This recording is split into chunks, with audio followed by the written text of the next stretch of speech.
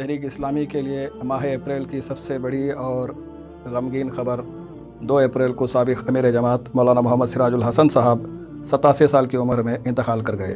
3 April کو جماعت کے ذمہ داروں کے ایک وفد نے رائچور پہنچ کر نماز جنازہ اور تدفین میں شرکت کی۔ سیکریٹری حلقہ مولانا وحید الدین خان عمری مدنی صاحب نے مولانا کی نماز جنازہ پڑھائی۔ محترم امیر الخا ڈاکٹر بیلگامی محمد سعد صاحب نے مولانا مرحوم کے متعلقین کی خدمت میں تعزیت پیش کی۔ مولانا مرحوم کی زندگی کے چند گوشے ملاحظہ فرمائے۔ مولانا محمد سراج الحسن تحریک اسلامی اور ملت اسلامیہ کے خداور رہنما تھے۔ ان کی دینی اور تحریکی خدمات کو ہمیشہ یاد رکھا جائے گا۔ ان کی وفات تحریک و ملت کا ایک زبردست خسارہ ہے۔ مولانا محمد سراج الحسن کی شخصیت نگاہ بلند، سخن دل نواز اور جاں پرسوز کی زندہ تصویر تھی۔ مولانا محمد سراج الحسن صاحب 3 مارچ 1933 کو ریاست کرناٹک کے ضلع رائچور سندنور تعلقہ کے جولگرہ مقام پر پیدا ہوئے۔ وہ نوجوانی ہی میں جماعت سے وابستہ ہو گئے تھے۔ 1958 سے 26 برس تک وہ حلقہ کرناٹک کے امیر رہے۔ اس کے بعد انہیں مرکزی سیکریٹری کی حیثیت سے مرکز جماعت اسلامی ہند بلا لیا گیا۔ 1990 سے 2003 تک انہوں نے کل ہند امیر کی حیثیت سے ذمہ داری نبھائی۔ اس کے ساتھ آل انڈیا مسلم پرسنل لا بورڈ، آل انڈیا مسلم مجلس مشاورت، بابری مسجد رابطہ کمیٹی جیسے اداروں میں بھی سرگرم اور فعال کردار ادا کیا۔ مؤثر خطابت، تعلقات میں گرم جوشی، متوازن فکر اور سادہ لیکن محنتی مزاج ان کی نمایاں خصوصیات تھیں، جن کے ذریعے انہوں نے تحریک اسلامی کو خوب فائدہ پہنچایا۔ ان کے دور عمارت میں ہندوستان کے مسلمان متعدد آزمائشوں سے گزرے۔ 1992 میں شہادت بابری مسجد کے بعد خود جماعت اسلامی ہند پر پابندی عائد کی گئی۔ مولانا نے اپنی بصیرت اور معتدل مزاجی کے ذریعے ان مسائل کو حل کرنے میں نمایاں کردار ادا کیا۔ مرحوم کو دعوت اسلامی کے کاموں میں خصوصی دلچسپی تھی۔ مختلف مذاہب کی نمایاں شخصیات سے ان کے گہرے روابط تھے۔ انہیں ایک پلیٹ فارم پر لانے کے لیے انہوں نے دھارمک جن مورچہ کی تشکیل کی۔ اللہ تعالیٰ مولانا کی خدمات کو شرف قبولیت بخشے، ان کی سیاحت سے درگزر فرمائے، انہیں جنت الفردوس میں جگہ دے، پسماندگان کو صبر جمیل سے نوازے اور تحریک اسلامی کو ان کا نعم البدل عطا فرمائے، آمین۔ اور بندگی اختیار کرو، رب کی بندگی اختیار کرو، یعنی ایک رکوع سجود ہی کیا، تمہاری پوری زندگی خدا کی بندگی میں بسر ہونی چاہیے، تمہاری پوری زندگی خدا کی بندگی کے رنگ میں رنگ جانی چاہیے۔ صفت اللہ ومن احسن من اللہ صفتا ونحن له عابدون۔ اللہ کا رنگ اور اللہ کے رنگ سے بہتر نہیں کس کا رنگ، اور ہم اسی کی بندگی کرنے والے ہیں۔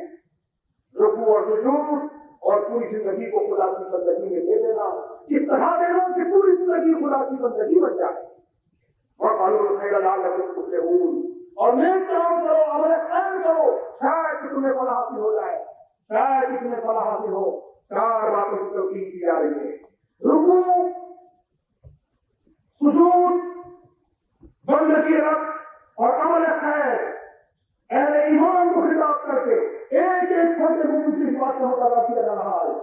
ایک ایک چھوٹے مومن کو خدا تعالیٰ کے جھکانا چاہیے، اپنے آپ کو خدا تعالیٰ کے ڈال دینا چاہیے، اسی کی اطاعت کو نہیں کرنی چاہیے، اور عمل خیر سے اپنی زندگی کو آراستہ کر کے اپنی زندگی کو خیر کا مجسم نمونہ بنانا چاہیے۔